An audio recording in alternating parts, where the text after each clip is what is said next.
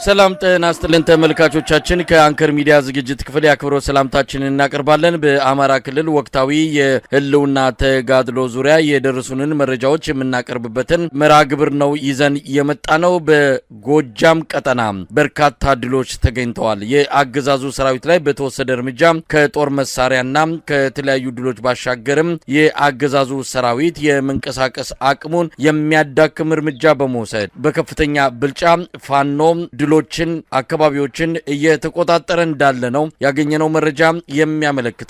በሌላ በኩል የአብይ አህመድ አገዛዝ ወደ ሰሜን ቀጠና ትኩረቱን ያደረገው በአማራ ክልል ያለውን አጠቃላይ ሁኔታ መቋቋም ስላልቻለ የአብይ አህመድ አገዛዝ ከአማራ ክልል ሰራዊቱን እያስወጣ ያለው ተሸንፎ እንጂ ለሌላ ስትራቴጂ እንዳልሆነ ነው ካገኘነው መረጃ ለማወቅ የተቻለው። ለማንኛውም በአጠቃላይ በኢትዮጵያ ወቅታዊ የተጋድሎ እንቅስቃሴ በተለይም በአማራ ክልል ያለውን መነሻ በማድረግ ከዘውትር ተሳታፊያችን ጋር ቆይታ እናደርጋለን። በቀጥታ ወደሱ አልፋለሁ። የተለያዩ አካባቢዎች ያሉትን ተጋድሎች የተመለከተ መረጃ አሰባስባል። ወደ አንተ በቀጥታ ልለፍ። አመሰግናለሁ መሳይ። እንግዲህ ከሰሞኑ በዚህ 5 ቀንና 6 ቀናት ውስጥ የማዕከላዊ ጎንደርና የደቡብ ጎንደር ወታደራዊ ድሎች በጣም በከፍተኛ ደረጃ ተፋፍሞ በቀጠለበት ሰዓት ጎጃም ምን ነው ዝም አለ፣ ምንድነው እንቅስቃሴ አያደርግም እየተባለ ሲታማ ነበረ። ነገር ግን ለካ ራሳቸው ኃይላቸውን እያደራጁ ትጥቃቸውን እያደራጁ ጥናት እያደረጉ አሁን ዛሬ ከሰሜን ጎጃም ጀምሮ ከአቸፈር ጀምሮ እስከ ጫፍ እስከ ደጀን ድረስ 3ቱም ዞኖች ያካለለ ምናልባትም 4ቱን ዞኖች ያካለለ የምዕራብ ጎጃም፣ ሰሜን ጎጃም፣ ምስራቅ ጎጃምና የአገዋዊ ዞንን ያካለለ በርካታ አውደ ውጊያዎችን ከፍቶ የአገዛዙ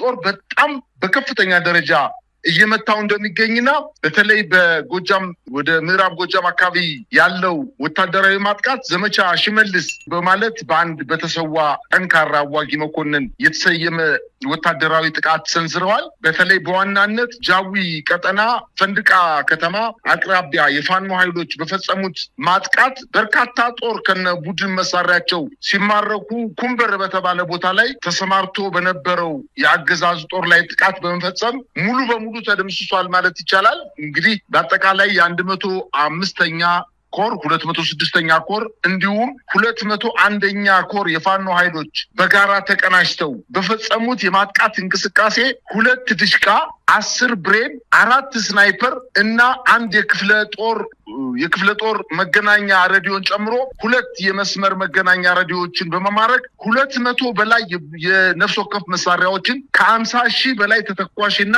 150 የመከላከያ ሰራዊቶችን መግደላቸውንና በርካታ ከ32 በላይ ምርኮኛ የመከላከያ ሰራዊት ብቻ ምርኮኛ 32 ምርኮኛ በእጃቸው ማስገባታቸውን እንግዲህ ማለት በወታደራዊ ቋንቋ በሙሉ በዛ አካባቢ የነበረው ክፍለ ጦር ሙሉ በሙሉ ተመቶ ፈርሷል ማለት ነው።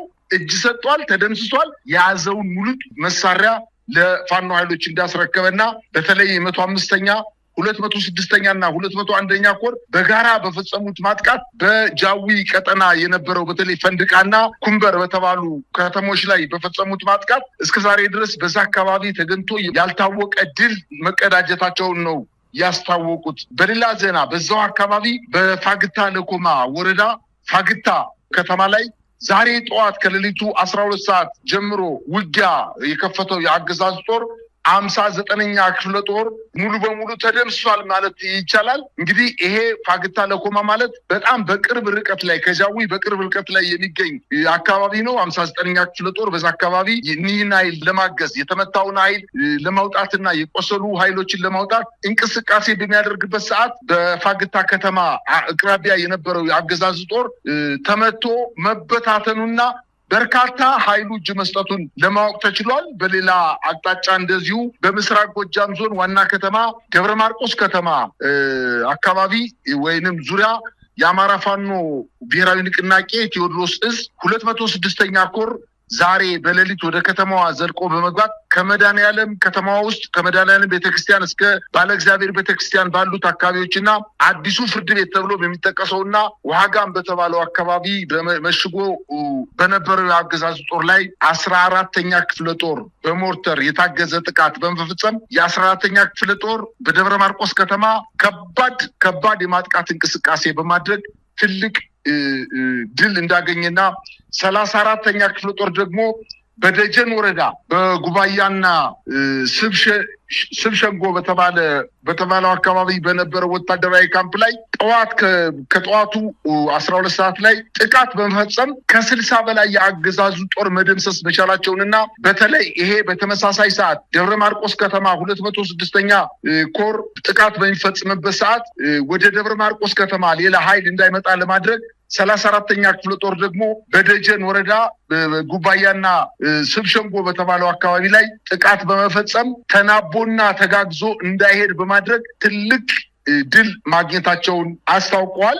እንግዲህ በጎጃም አካባቢ አሁንም በርካታ ውጊያዎች እየተደረጉ ሲሆን በደባይ ጮቄ ወረዳ ምስራቅ ጎጃም ማለት ነው 24ኛ ክፍለ ጦር የ24ኛ ክፍለ ጦር ቁይ ከተማ ላይ ሰፍሮ በነበረው የአገዛዝ ጦር ላይ በፈጸሙት የማጥቃት እንቅስቃሴ ይሄ ደግሞ በጣም የሚገርም ነው። ከሌሊቱ 12 ሰዓት እስከ 6 ሰዓት በተደረገው ውጊያ ከ125 በላይ የአገዛዙ ጥምር ጦር ሙትና ቁስለኛ ማድረግ መቻላቸውንና በዚህ አካባቢ ከደጀን ከተማ እስከ ጎጃም ባህር ዳር ጫፍ ድረስ የጎጃም አጠቃላይ የሚንቀሳቀሱ ኮሮች፣ እዞች፣ ክፍለ ጦሮችና የተለያዩ ወታደራዊ የዝ ጠገገት ያላቸው የፋኖ ኃይሎች በተመሳሳይ ሰዓት በርካታ የጦር እንቅስቃሴ በማድረግ በአገዛዙ ጦር ላይ ከፍተኛ የሆነ የማጥቃት እንቅስቃሴ በማድረግ ድሎችን እየተቀዳጁ እንደሚገኙ ነው ለማወቅ የተቻለው። በሌላ አቅጣጫ እንግዲህ በወሎ አካባቢ ከአንድ ሳምንት በፊት ጀምሮ በተለይ በምዕራብ ወሎ አካባቢ ከፍተኛ ውጊያ እየተደረገ በርካታ የአገዛዙን ጦር መደምሰሳቸውንና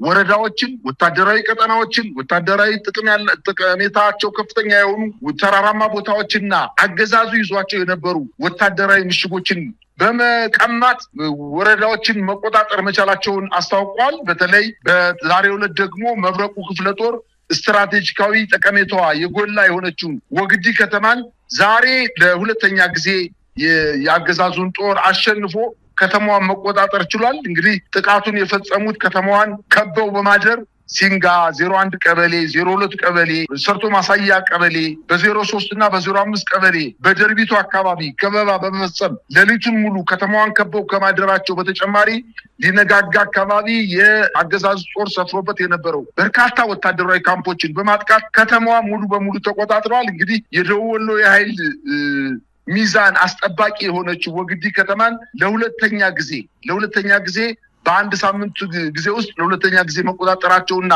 ከዚህ በፊት የአገዛዙ ጦር የአገዛዙ 11ኛ እዝ ምክትል አዛዥ ዘውዱ ሰጣርጌ ከወጦ ትግራይ አዋሳኝ አካባቢዎች ላይ ጦሩን ይዞ የሄደ ቢሆንም አሁንም ወደዚህ ቀጠና ተመልሶ ይህንን በተለይ መቅደላን፣ ተንታን፣ አማራ ሳይንትና ገነቴ የተባሉ አካባቢዎችን መልሶ ለመቆጣጠር አሁን በከባድ መሳሪያ ውጊያ እያደረገ ቢሆንም የኃይል መዛባት ደርሶበት ተመልሶ ወደ መጣበት እንኳን መሄድ በማይችልበት ደረጃ ሰራዊቱ ተበትኖ እንደሚገኝና በርካታ የአገዛዙ ጦር እጅ መስጠቱንና ከፍተኛ ቁጥር ያለው የአገዛዙ ጦር መደምሰስ መቻሉንና ይሄን አካባቢ የአገዛዙ ጦር መልሶ ለመያዝ ብቻ ሳይሆን በውጊያው ሰዓት ከባባድ መሳሪያዎችን፣ ሞርተሮችን፣ ድሽቃዎችን፣ መድፎችን እንዲሁም ዙ23ቶችን፣ ፔፔ ታንኮችን እና የድሮን ጥቃት እያደረገ አካባቢዎችን ለመቆጣጠር ጥረት ቢያደርግም በፍጹም ያልቻለበት ደረጃ ላይ በመድረሱ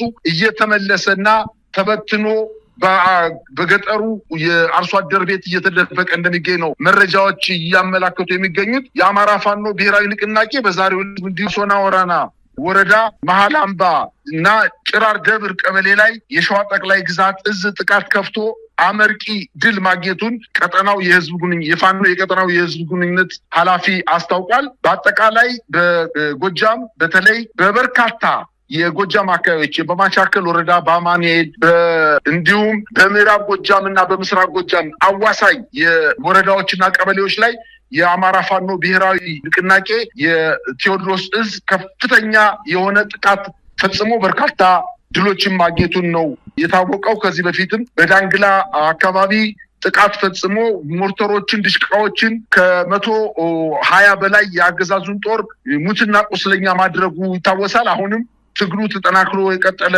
እንደሆነ ነው መረጃዎች ያመላከቱ የሚገኙት። እንግዲህ ቀደም ሲል በመግቢያዬ ላይ እንደገለጽኩት የአብይ አህመድ አገዛዝ በአማራ ክልል እየገጠመው ያለውን መጠነ ሰፊ ወታደራዊ ኪሳራ መቋቋም እንዳቃተው ለዚህም ሌላ ሰበብ ምክንያት እየፈለገ እንዳለ የብልጽግናው አገዛዝ በዋናነት አብይ አህመድ በአማራ ፋኖች ተሸነፍኩ የሚለውን ትርክት አሸናፊ ሆኖ እንዳይወጣ ይልቅስ ሌላ አሸናፊ ኃይል እየፈለገ ያሸነፈን ህወሓት ነው ያሸነፈን ሻዕቢያ ነው የሚል ምክንያት እየፈለገ ለራሱ የሚጽናና እንደሆነ በደንብ የተረዳንበት ሁኔታ ነው ያለው። ፋኖ በራሱ እቅድ በራሱ ኃይል በራሱ መስዋዕትነት ድል ሲያስገኝ ከጀርባው እከለ ያለ እነዚህ ናቸው የሚደግፉት እያለ የፋኖን ድልና የፋኖን ተጋድሎ ለማጣጣል የሚሄድበት ርቀት አሁን በተለይም ሽንፈቱ ሙሉ በሙሉ ገሃድ እየወጣና የአደባባይ እውነት እየሆነ ሲመጣ ወደ ሌላ አካባቢ ሰራዊቱን በማንቀሳቀስ የተሸነፍኩት ወይም ደግሞ አማራ ክልል ላይ የፋኖ ኃይሎች የበላይነትን የያዙት ሰራዊቱን በማስወጣቴ ነው የሚል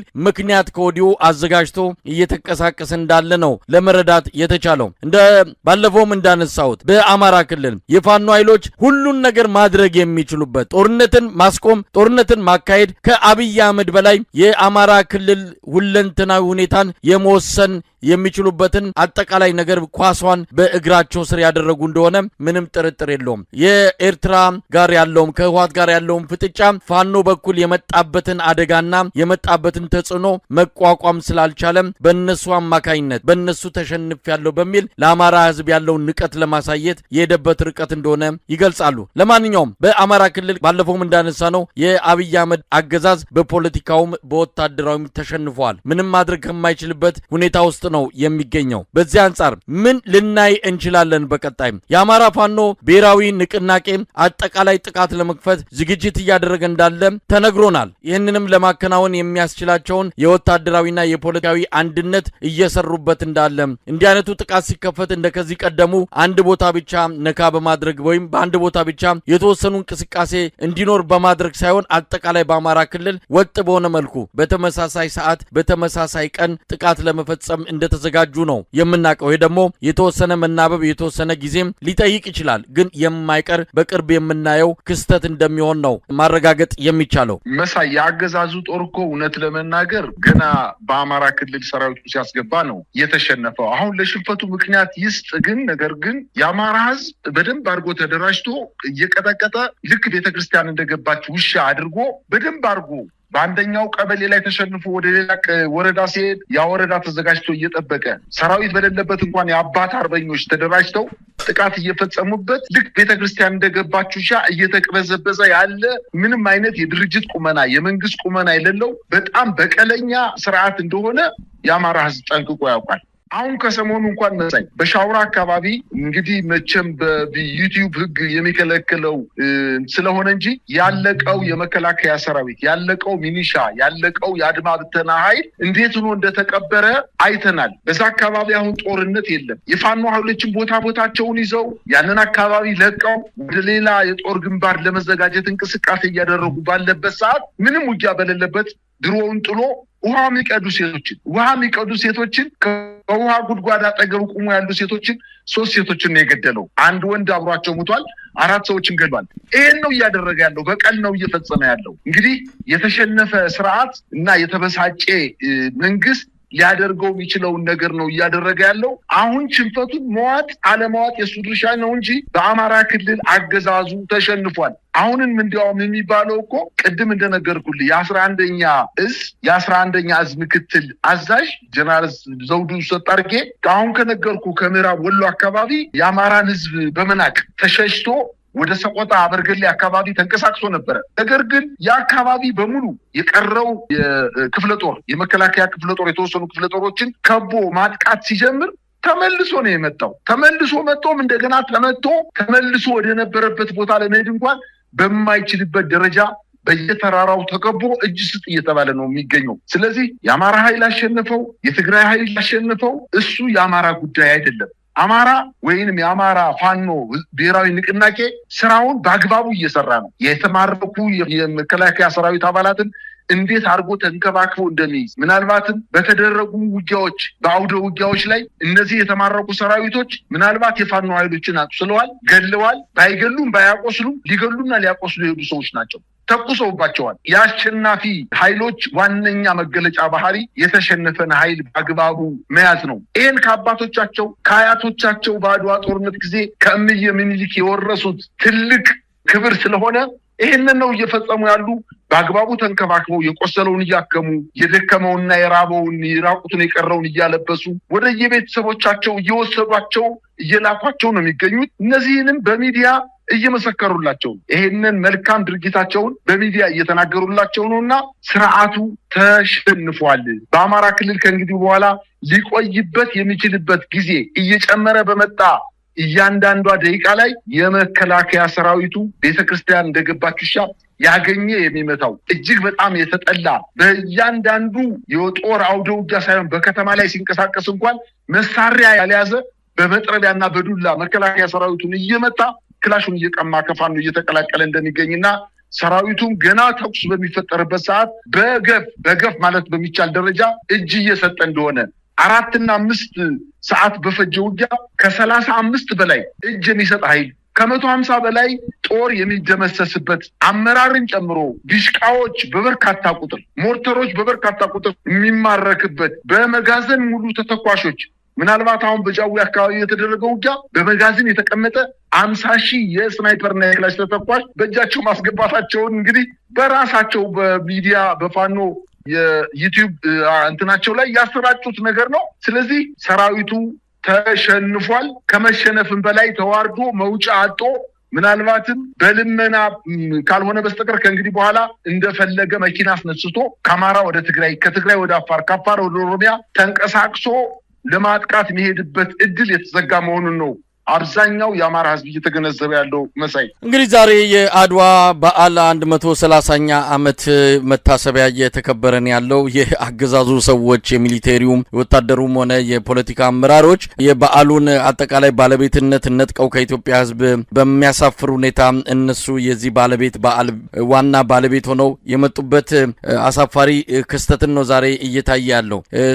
ባለቤቱ የመከላከያ ሰራዊት ሆናል። የመከላከያ ሰራዊት ደግሞ የአድዋ ልጆችን ነው እየገደለ ያለው። የአድዋ ልጆችን በአማራ ክልል፣ በትግራይ ክልል፣ በኦሮሚያ ክልል በየትኛውም የኢትዮጵያ ጫፍ ይሄ የአድዋ ባለቤት ተብሎ በአብይ አህመድ የባለቤትነት ሰርቲፊኬት የተሰጠው የመከላከያ ሰራዊት ኢትዮጵያንን ነው እየገደለ ያለው። በጣም የሚያሳፍር በጣሊያን ፋሽስት ኃይል እንኳን በዚህ ደረጃ ኢትዮጵያ ላይ እንዲህ አይነት ጉዳት እንደመጣ እንኳን የሚያሳዩ የታሪክ ማስረጃዎች የሉም። የብልጽግና ኃይል የብልጽግናው አገዛዝ ነው ኢትዮጵያን ተቆጣጥሮ ከአድዋ የአድዋን በዓል እንደ መሸፈኛና መደበቂያ አድርጎ ከጣሊያን የበለጠ ክፋትና ተንኮል ኢትዮጵያ ላይ እየፈጸመ የሚገኘው። እንደው ባጭሩ ይሄ የአድዋ ቀን ለፋኖ ታጋዮች፣ ለመከላከያ ሰራዊት አባላት፣ ለሌሎች ኢትዮጵያውያን ምን ማለት ነው? ዛሬ ላይ ሆነን ይህን በዓል ስናስታውስ እና አብይ አህመድ ባንዳና ባዳ የሚል ትርክ ታበጅተውለት በዓሉን የራሳቸው አድርገው የነሱን አገዛዝ፣ የነሱን ጭቆና፣ የነሱን ጸረ ኢትዮጵያ አካሄድ የሚቃወምን ባንዳና ባዳ የሚል የዳቦ ስም አውጥተውለት በዓሉን የራሳቸው አድርገው በተሳሳተና እጅግ በሚያሳፍር መልኩ በዓሉን የራሳቸው አድርገው እያከበሩት ነው ያሉት ፋኖች። ከዚህ አንጻር ይሄ ዘመን ኢትዮጵያን ነጻ የሚወጡበት ከምንም በላይ የአድዋ ልጆች ትክክለኛው ታሪክ ዳግም የሚመዘገብበት በመሆኑ ከዚህ አይነቱ አጠቃላይ የአገዛዙ የአውደ ዓመት አከባበር ሁኔታ ውጭ ሆነው በዓሉን እያከበሩ እንዳለ ነው የነገሩን። ለማንኛውም በዚህ ዙሪያ ላይ ምን ማለት ይቻላል? መሳይ የአድዋን ድል በዓል እኮ ለማኮሰስና ለማጥፋት የጀመረው ዛሬ አይደለም። ይሄ ሐውልት ወይም አድዋ 00 ፕሮጀክት ከመሰራቱ ከ5 ዓመታት በፊት መስቀል አደባባይ ላይ የመከላከያ የማርሽ ባንድ ባለሙያዎች፣ ሙዚቀኞች ተሰብስበው ህዝቡ እንዳይጠጋ አድርገው ብቻቸውን ለማክበር እንቅስቃሴ አድርገዋል። ይሄ በጥላቻ የሰከረ በኢትዮጵያ ታሪክ ውስጥ ከኔ በላይ ሌላ መሪም ሌላም ገዥም ሊነሳ ሊወደስ አይገባም በማለት እንግዲህ አጼ ምኒልክ የመሩት እምዬ ምኒልክ በብልሃት የ5 ወር የእግር መንገድ አድርገው ወረኢሉ ላይ ጠብቀኝ ከተጠብቀኝ ድንበርን እየፈለፈለ እየቆረሰ የሚወስድ ጠላት መጥቷልና ጉልበት ያለ በጉልበትህ ጉልበት የሌለ በጸሎት አግዘኝ ብሎ ባለው መሰረት አንድም መሳሪያ ያዘ ኃይል ሳይቀር ተከትሎ ሄዶ ምናልባትም 8 ሰዓት ባልሞላ ጊዜ ውስጥ በአጼ ምኒልክ ብልህነት ጦርነቱን ካሸነፈ በኋላ የተማረከውን የጣሊያን ጦር ቤተሰቦቻቸው እንኳን እስኪደርሱ ድረስ አልጠበቀም። ደብዳቤ ጽፎ በአግባቡ ተንከባክቦ ልጆቻችሁ አሉ ሊገሉን ቢመጡም ነገር ግን እኛ የበላይነን ኢትዮጵያውያን የተለየነን የነጭ የበላይነት በኢትዮጵያ አይሰራም በማለት ደብዳቤ ጽፎ ልጆቻቸው እስከሚልኩላቸው ድረስ ተጽናኑ በማለት ደብዳቤ ጻፈ ንጉስ ነው። ይሄ ንጉስ ምናልባትም ገበየው ሲሞት ተተካ ባልቻ መድፍ አገላባጭ ብቻ ለብቻ የተባለለት ፍታራሪ ገበየው መሞቱን ጦርነቱ ካለቀ በኋላ ወደ ዘመቻ የሄደው ሰራዊት ተበሳጭቶ ሰራዊት እንዳይንፍጀው እንዴት ገበየው ሙቶ እነዚህ የተማረኩትን እንተዋቸዋለን ብሎ ወታደሮቹ ሲፎክሩ እንኳን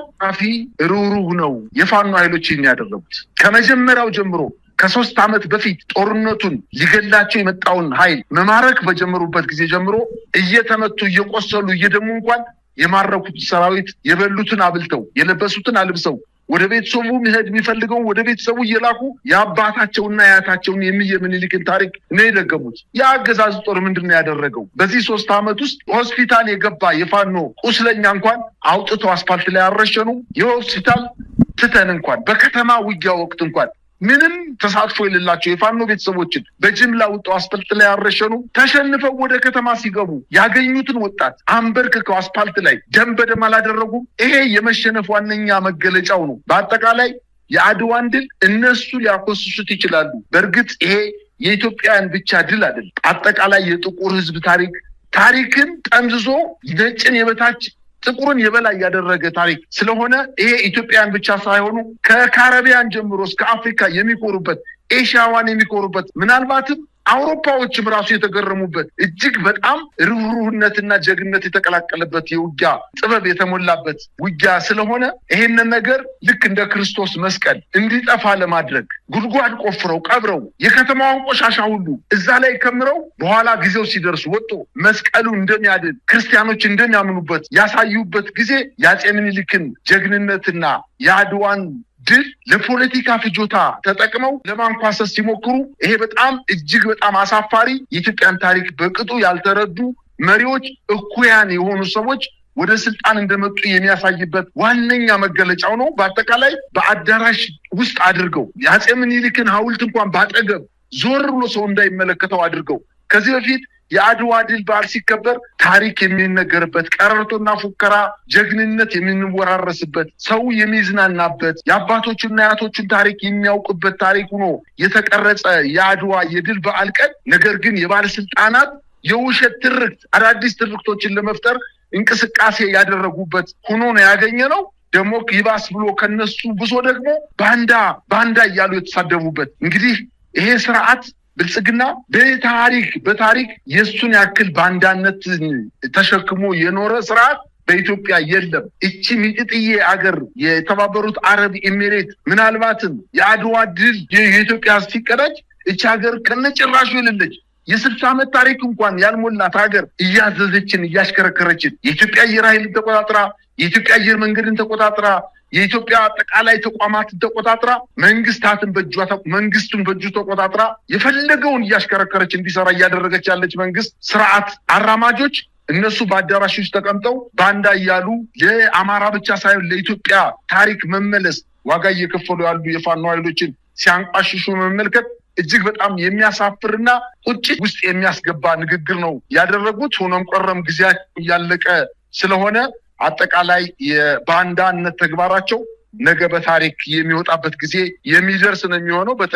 በተለይ በጣም የሚገርመው ወይዘሮ አዳነች አቤቤ ወጣቶች ከባንዳነት አልፋ ወደብን ለማስመለስ ፖለቲካዊ የአድዋን ድል በዓል ለራሳቸው ፖለቲካ ጠቀሜታ ለማዋል ያነገችው ለወጣቶች ያነገችው ንግግር በጣም የሚያሳፍር ነገር ነው። ሌላው ወታደራዊ ጀነራሉ ወይንም ኢታማጆር ሹሙ የተናገረው ነገር አለ። በአጠቃላይ ግን እነዚህ መንግስት ባለስልጣናት የአድዋን ድል ያንኳሰሱበትና ለርካሽ የፖለቲካ ፕሮፓጋንዳ ለመጠቀም ጥረት ያደረጉበት እና በአዳራሽ ግን ያልወጣ አጠቃላይ የኢትዮጵያ ሕዝብ አንገቱን የደፋበት እና ያፈረበት ድርጊት ነው የፈጸሙት። እነሱ እንግዲህ መቼም እንግዲህ እንደሚባለው የቄስ ልጅ እግዚአብሔር አጎቱ ይመስለዋል ይባላልና እነሱ የሰውየው የባንዳው የኢትዮጵያን የሚጠላ በጣም ህፃን የሆነ መሪ ልጆች ስለሆኑ እሱ ያለው ሁልጊዜ እግዚአብሔር ያለው ቃል ነው ብለው ስለሚያስቡ የሱን ምላስ ወይም ከሱ ሐሳብ ተቀብለው የሱንን ድርጊት ከመናገር በዘለለ ከኢትዮጵያ አጠቃላይ ሁኔታ ጋር ግን የማይገናዘብና የሚጣረስ ነገር ነው ሲናገሩ የዋሉት ማለት ይችላል። መሳይ በጣም ነው ማመሰግነው። እንግዲህ እዚህ አድዋ በዓል ላይ ሆነን 130ኛ ዓመት የአድዋን በዓል እያሰብን የፋኖ ተጋድሎ ከምንም በላይ ይህንን ታሪክ ለማደስ ፋኖ እያደረገ ያለው ትግል ይህንን ትግል ስለምንደግፈው ብቻ ሳይሆን በትክክልም የኢትዮጵያን ክብር የኢትዮጵያን ቁመና ኢትዮጵያ ያላትን አጠቃላይ ሁኔታ ለመመለስ የሚደረግ ተጋድሎ በመሆኑ ፋኖ ዝም ብሎ የአማራ ህዝብ ተጋድሎ ብቻ ተደርጎ ሊታይ አይገባም። ኢትዮጵያውያን እውነት ለመናገር አድዋን መመለስ ከፈለጉ የአድዋን ክብር ከምንም በላይ ታሪኩን ማቆየት ትክክለኛ እርምጃ ነው ብለው ካሰቡ ከፋኖ ትግል ጎን ነው መሰለፍ ያለባቸው። እና አዳነች አቤቤ ብልጭልጭ አምፖል ዘንባባ መትከልና ዲምላይትን በየቦታው ማስቀመጥ የአድዋን ታሪክ የሚመልስ የአድዋን ታሪክ የሚደግም አድርገው ራሳቸው የተሳሳቱበትን ብቻ ሳይሆን በበታችነት ስሜት እያቀነቀኑ ያሉትን አጀንዳ ለሌሎች ወጣቶችም እንዲተላለፍ የሚያደርጉበትን እንቅስቃሴ መግታትና ይህንን በአንድም ይሁን በሌላ እንዲቆም አድርጎ ኢትዮጵያን የማዳኑ ኃላፊነት ከፋኖ በተጨማሪ የመላው ኢትዮጵያውያን ኃላፊነትና የቤት ስራ እንደሆነ ይህንን በደንብ አስረግጦ መግለጽ የሚገባ ጉዳይ ነው። ለማንኛውም በድጋሚ ለመላው የኢትዮጵያ ሕዝብ እንኳን ለ130ኛው ዓመት የአድዋ በዓል አደረሳችሁ እንላለን። በፋኖ ትግል ወቅታዊ እንቅስቃሴዎች ላይ በማተኮር የተለያዩ መረጃዎችን ያቀረብንበት የዕለቱ የመርሃ ግብር በዚሁ ይጠናቀቃል። በጣም ነው ማመሰግን። እኔም ማመሰግናለሁ።